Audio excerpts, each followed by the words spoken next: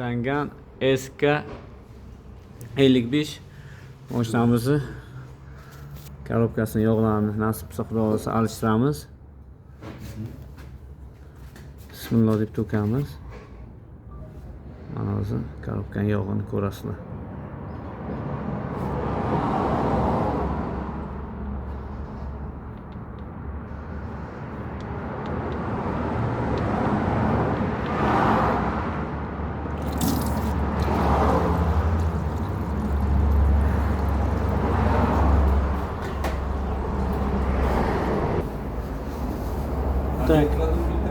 Mana korobkaning o'zining eski filtri, mana bu yangi filtr mana.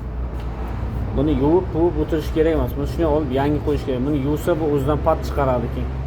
Pat chiqib, itdagi mana bu gidroblok ichiga ketsa, klapni korobka ishdan chiqadi. Shuning uchun mana buni yuvib yurmanglar. Birdan zamena qilib yuringlar, o'zi qimmat narsa emas bu.